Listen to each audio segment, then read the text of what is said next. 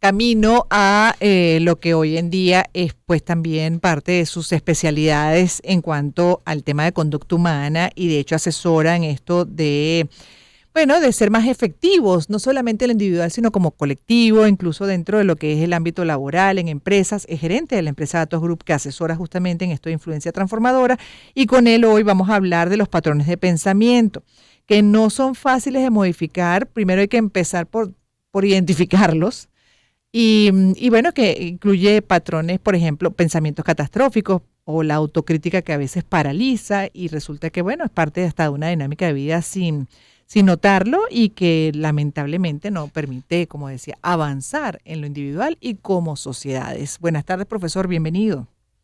Gladys, buenas tardes. Qué bueno que estamos rescatando el tema de esta sección que somos lo que pensamos. Somos lo que Y pensamos. efectivamente, realmente es tan acertado porque la ciencia ha demostrado que la forma como pensamos determina muchas de nuestras cosas en la vida. Y de hecho, Aaron Beck estudió esto en profundidad, es el creador de la terapia cognitiva conductual y él acuñó este término, distorsiones cognitivas. Ujú. Y es que tenemos patrones de pensamiento arraigados que no son fáciles de mejorar, como lo comentabas. Y quisiéramos hablar hoy de dos que ya mencionaste. Uno es el pensamiento catastrófico y funciona en ambos sentidos. Tiendo a maximizar lo que puede salir mal y minimizar lo que puede salir bien. Entonces caigo en una espiral en la cual cada vez estoy viendo mayores peligros, mayores riesgos, no veo la salida y caigo realmente en momentos en que no tengo la capacidad de ver solución. Y el otro, que lo habías comentado también, el pensamiento autocrítico, en el cual me voy castigando, Mm, ocurre mucho en personas que tienden a ser perfeccionistas ujú. y entonces nunca se sienten satisfechos con lo que hacen, nunca creen que es suficiente y llega un momento en que llegas a estos patrones de pensamiento tan arraigados, tan distorsiones cognitivas que van afectando tu salud, porque realmente empiezas a ver el mundo de Claro. una forma muy negativa. Bueno, agobiante, porque bajo ese Sí, pensamiento todo te agobia, ¿no? Y en el caso de patrones de pensamiento, que es justamente el paraguas, lo que estamos revisando hoy en el segmento, profesor, sí. esos patrones de pensamiento son inculcados, inducidos por la dinámica familiar. ¿Cómo van formándose? Es multifactorial. Uno de los aspectos es cultural, es decir, hay culturas que tienden a tener un patrón de pensamiento ya arraigado, pero lo más importante es familiar Ujú, y tu entorno. ujú. Si en tu familia tienen ese hábito de maximizar o catastrofizar las cosas o tienen a ser muy autocríticos, eso tú lo vas aprendiendo.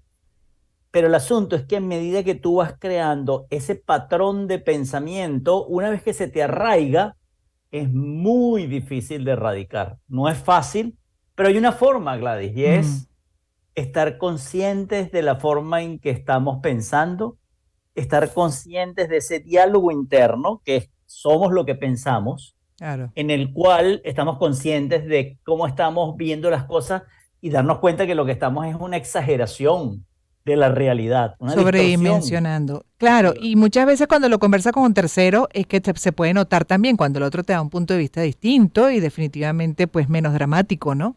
Del mismo hecho. Es así, pero si ese patrón de pensamiento está muy arraigado, tienes inclusive la incapacidad de escuchar. No sé Ajá, si te has encontrado con personas en las cuales tú tratas de hacerles ver tu punto de vista para decirles que no es tan grave y la persona insiste, cierto. insiste en que tú eres inocente, en que tú o no ves las cosas Ingenuo. como son. Ujú. Ujú.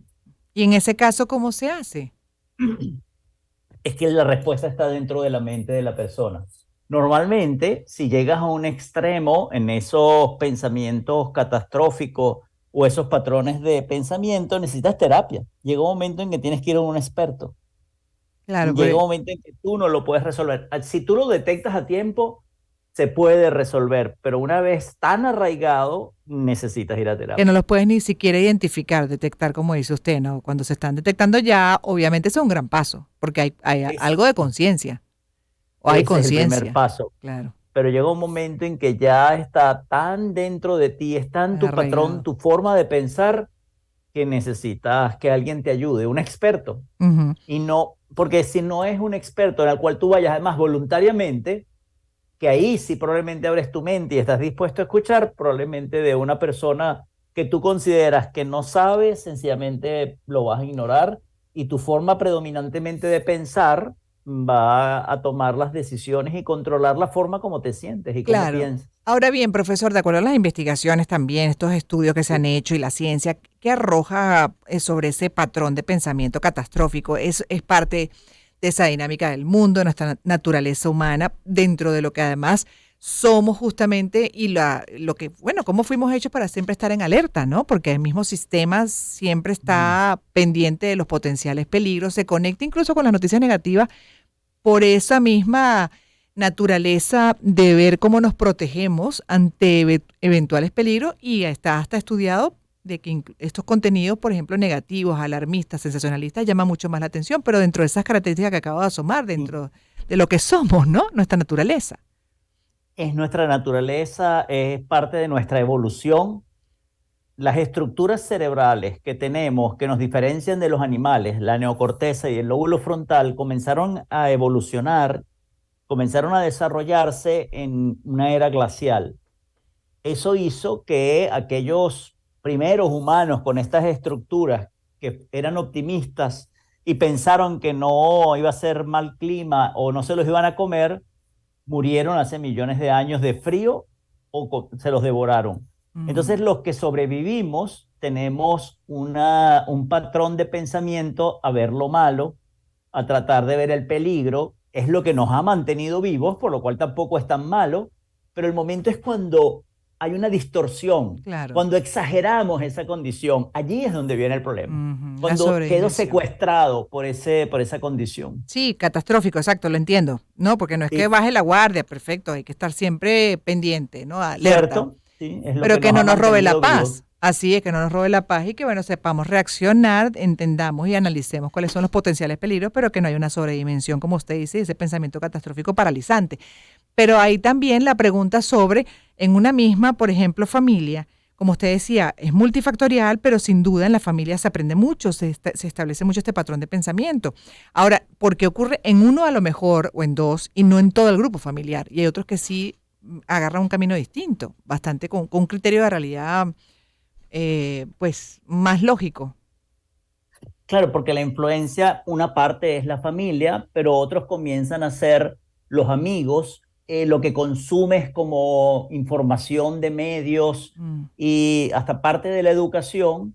Hay cosas que te llamaron más la atención. Es posible, aunque no se ha demostrado científicamente, que ya tengas una especie de predisposición. Y entonces ese elemento de la mente en la cual tienes tu capacidad de ver el peligro, en algunas personas tiene una mayor dimensión y podemos ver en algunos hermanos que tienen algunas condiciones y otros no las tienen. Y es mm. una cuestión de genética. Es probablemente que las condiciones de la familia ayudan como cultura, pero también hay una parte biológica que también está influyendo. Bueno, el paranoico, por ejemplo. Sí, es cierto, ya son distorsiones, partes hasta químicas Mm, en el cerebro. Pero en este caso, por ejemplo, la terapia cognitiva conductual trata de no hacer medicación y resolverlo en forma química con medicamentos, sino sencillamente que se tome conciencia del diálogo interno ujú, que hay en esa conversación que ocurre entre la emoción y el sentimiento. sí.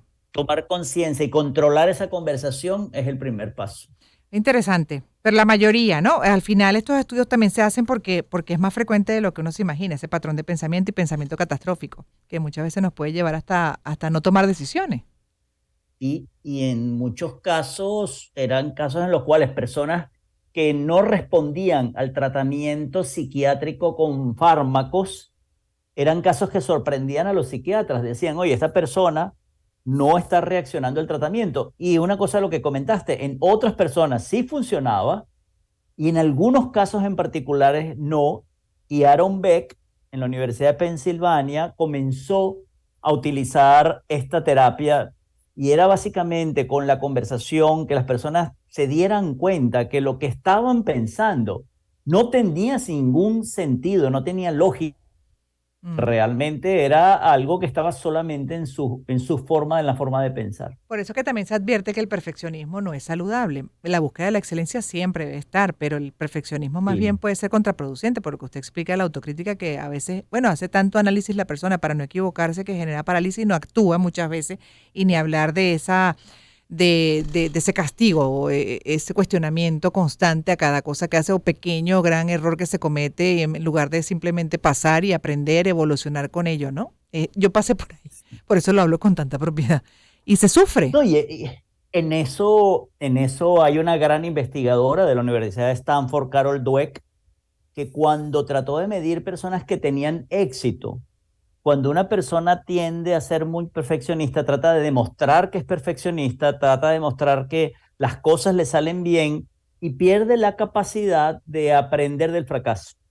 Claro. Y ella lo llamó mentalidad fija o la Mm, actitud fija y la actitud de crecimiento. Cuando tú eres perfeccionista, tiendes a tener una mentalidad fija donde piensas que tú eres el mejor, que tú debes hacerlo bien, que tú puedes lograrlo, pero entonces pierdes la capacidad de, ante el error, el fracaso, te sientes tan mal que no buscas qué puedo hacer yo para que no me vuelva a ocurrir. Que ujú. tienen normalmente las mentalidades de crecimiento, es buscar en Flexible. la falla y en la flexibilidad, Sí, buscarle aprendizaje y a la larga dan resultados más a mediano y largo plazo. lo El certifico. perfeccionista da a corto plazo. Lo certifico, profesor, porque por ahí pasé y agradezco a Dios permitirme ver eso Qué en algún suerte. momento, aunque pasé, o sea, sufrí, porque se sufre. Además, se pasan varios días Y de una flagelación, así como que por qué lo hice, y al final incluso terceras personas te dicen, pero ¿cuál es el problema? No entiendo por qué lo sobredimensionas y te estás hasta castigando por esto cuando ya pasó, aprende y listo, sigue adelante y bueno, trata de no cometer el mismo error, ¿no? Cometerás otros, pero a lo mejor por ese mismo, y te puede pasar que por ese mismo, pero la respuesta será más efectiva o mejor porque ya transitaste por ahí, ¿cierto? porque aprendiste de esa situación. Claro. Y fíjate qué bueno que lo compartes, porque esto que tú estás diciendo ahorita le puede ayudar a muchos y por eso lo importante de esta sección somos lo que pensamos, porque es que es más importante de lo que creemos. Uf, sin duda. Gracias una vez más por poner estos temas sobre la mesa. En el segmento Somos lo Gracias, que Gladys. pensamos, profesor. Lo pueden seguir por @Luis Maturén. Por ahí